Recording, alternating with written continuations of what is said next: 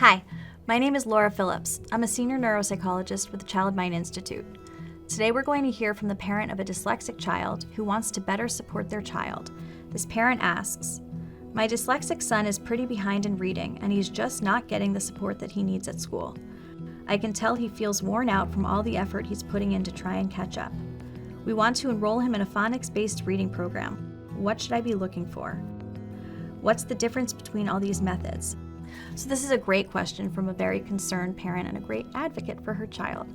I would say that the most important thing for a parent to look for when trying to identify the right type of reading program is a program that is phonics-based, meaning that in a very explicit way and in a structured way, it's teaching students to read by looking at the relationship between the letters on the page, the letters in the word, the sounds that they make, and decoding letter by letter, as opposed to using strategies to read whole words by either looking at pictures or using context or using other cueing strategies to figure out what the words on the page mean. We want to make sure that the program is systematic, meaning that there is a very clear sequence for introducing the sounds and sound families. So starting with all the short A's, so all the at words, at, bat, cat, rat.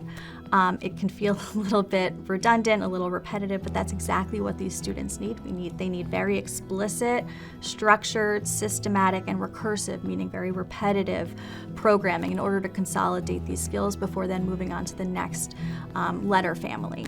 So you can even see in some classrooms when you look at the word wall, sometimes you want to see if a student has a phonics-based program, you'll see that all of the words on the word wall have the same, again, come from the same sound family, as opposed to sight words that are high-frequency words that don't really have any sound relationship with one another. That's really how you can tell whether your child's school program, is a phonics-based versus a whole language-based reading program.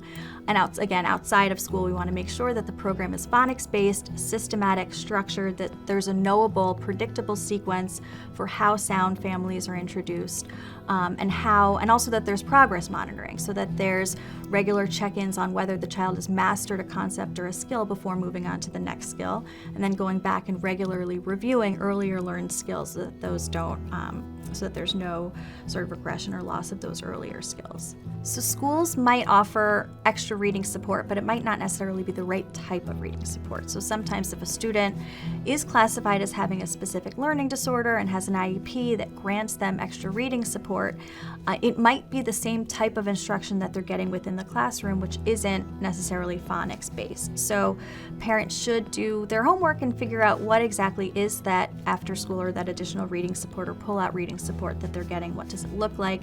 Is it, again, that systematic and phonics-based approach, or is it just really more of that same whole language approach that we know isn't really beneficial for students with dyslexia? And if it's the latter, then they should really try to find outside reading support that better aligns with what we know about how students learn how to read when they have dyslexia. To learn more about dyslexia, visit childmind.org.